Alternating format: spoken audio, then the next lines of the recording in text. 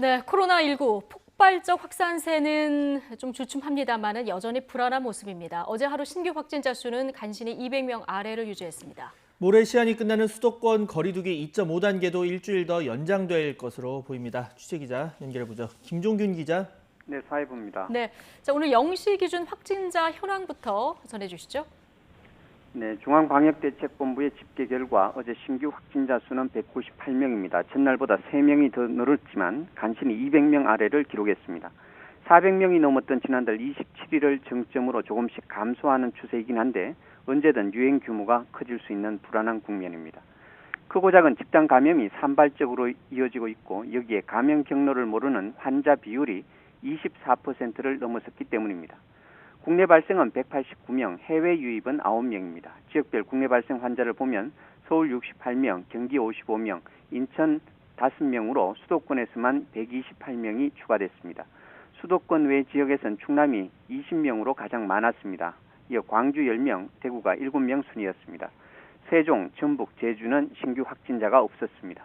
해외 유입은 검역 단계에서 4명, 지역사회에서 5명이 확진 판정을 받았습니다. 완치 후 격리 해제된 사람은 254명 늘면서 격리 중인 환자는 58명이 줄었습니다. 위중하거나 중증인 환자는 157명으로 하루 새 3명이 늘었습니다. 국내 코로나19 발생 이후 또 최다 수치입니다. 사망자는 2명 더 늘어나 누적 사망자 수는 331명입니다.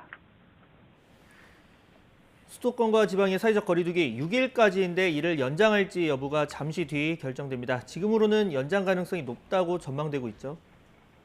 네, 그렇습니다. 중앙재난안전대책본부는 정세균 총리 주재로 오늘 오전 정부 세종청사에서 수도권의 강화된 거리두기 연장 여부를 논의했습니다.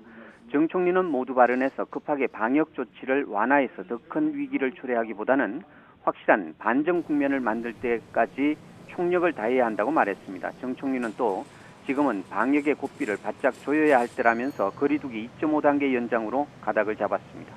박능우 보건복지부 장관은 잠시 뒤 오후 2시에 브리핑을 열고 이런 논의 결과를 공식 발표할 예정입니다. 수도권의 경우 2.5단계 적용 기간을 일주일 연장하고 나머지 지역은 2단계 기간을 2주 더 적용할 것으로 알려졌습니다.